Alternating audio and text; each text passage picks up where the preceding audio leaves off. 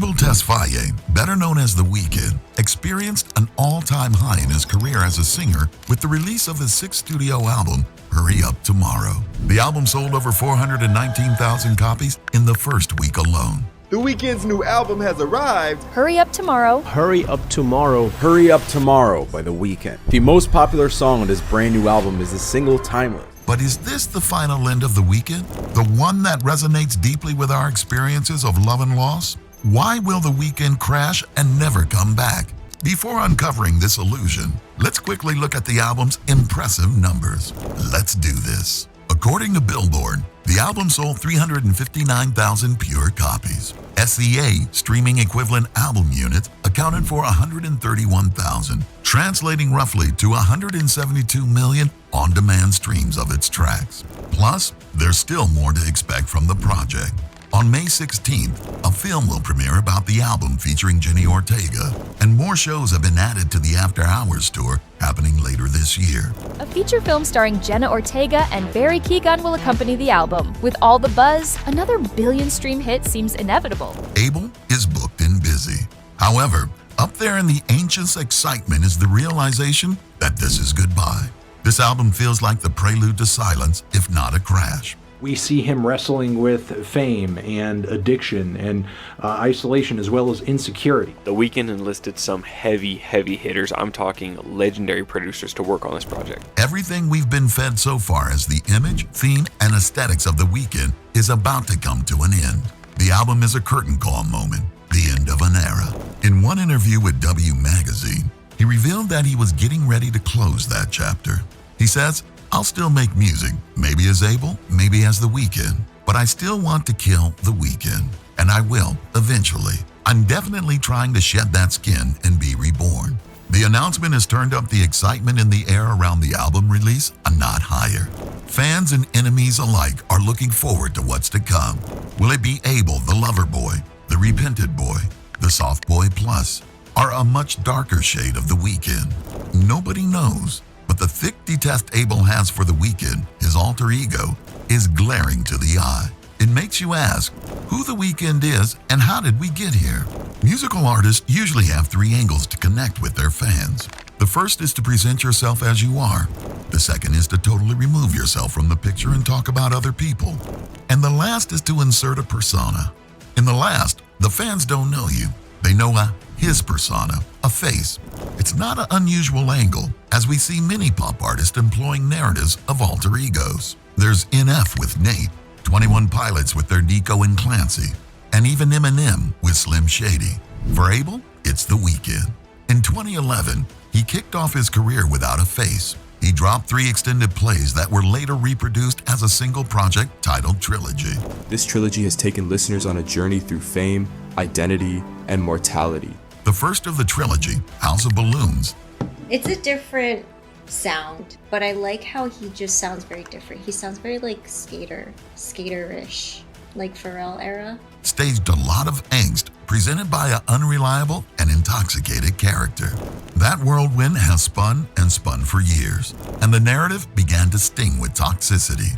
The Weeknd is presented as a character that thrives on vices, but behind the scenes, Abel struggled with his personal ambitions and worldview and the character's duplicity.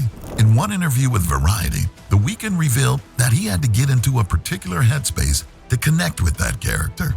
Keeping that up for years would definitely wear out even the strongest man. However, keeping that up has stretched him thin and unearthed a dark hate that makes him determined to kill The Weeknd. It's like we've witnessed the undoing of a fictional character before our very eyes. The decorated narcissist and self-proclaimed manipulator has come to a point where even his vices can no longer fuel his ascent. Therefore, it's time to crash. Plus, the need to crash came from a staggering discovery. While pushing what was a front, he dropped to a new level of self-awareness, teetering on self-loathing. He has been seen through many lenses. The Weeknd is one character that can't fit into any box. While that looks like freedom, it proves difficult to hold down what is his own. This dilemma is evident in the lyrics of the 2015 mega hit, Can't Feel My Face. He debuted faceless, and most of his performance is hinged around the fact that you can't really tell who he is. And now that stand has haunted him to this point where it's time to nip it all in the bud. The Hurry Up Tomorrow project is the final part of the After Hours and Dawn FM trilogy. The Weeknd has just released the final album in the After Hours trilogy. Hurry Up Tomorrow album comes right after 2022's Dawn FM. The Weeknd has made it a grand exit by including a splash of different artists from different backgrounds and styles. This includes Travis Scott, Lana Del Rey, Florence and the Machine, Belly, Metro Boomin, and Future. The discourse isn't strange to the Weeknd universe. It explores themes like heartbreak, fame, faith, isolation, and loss. The theme of grief explores a tribute to David Lynch, a film legend who passed on January 15th. Along with the tribute to the film legend, there's also a tribute to Michael Jackson, who Abel has credited as an inspiration to his music style. Yet another tribute was paid to another legend, Giorgio Moroder. Day One fans of The Weeknd know his love for cinematic media. Hence, the influence of Giorgio and David Lynch will be understandable. Plus, he has tried his hands on movies in the past. The latest was The Idol, a TV series that looks too similar to Abel's struggle with his alter ego, The Weeknd.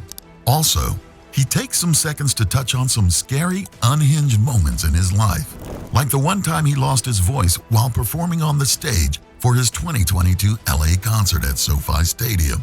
The Weeknd broke his voice box. Singer The Weeknd was performing in LA for his After Hours Till Dawn tour. Abel says that moment was one of the scariest times of his life.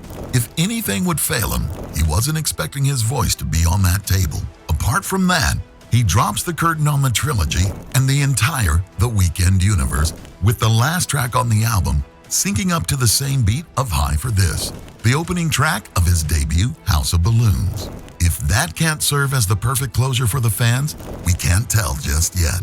Even Abel cannot tell if it will be all over now. Bringing this chapter of his career to a close is capable of bringing the end to the entire book. There are two possible outcomes. The fans may be excited to embrace the new direction, or they may find it hard to swallow. The difficulty is to be expected, as we're all used to The Weeknd and his toxic tendencies and vices. Plus, the fans have never truly had any sense of who The Weeknd truly is. So the new direction looks dicey. How are we to trust this new face? Is it you, or yet another persona? It could come crashing down and backfire. It may become his first and largest flop ever, but all fingers are still crossed. So what do you think? Do you feel the Weeknd universe has really come to an end? Are you skeptical on what the future holds? Drop your thoughts in the comments below. And if you're interested in the truth to how the Weeknd accidentally made Blinding Lights the top song of the century, click this next video for exclusive insight. And don't forget to tap that subscribe button.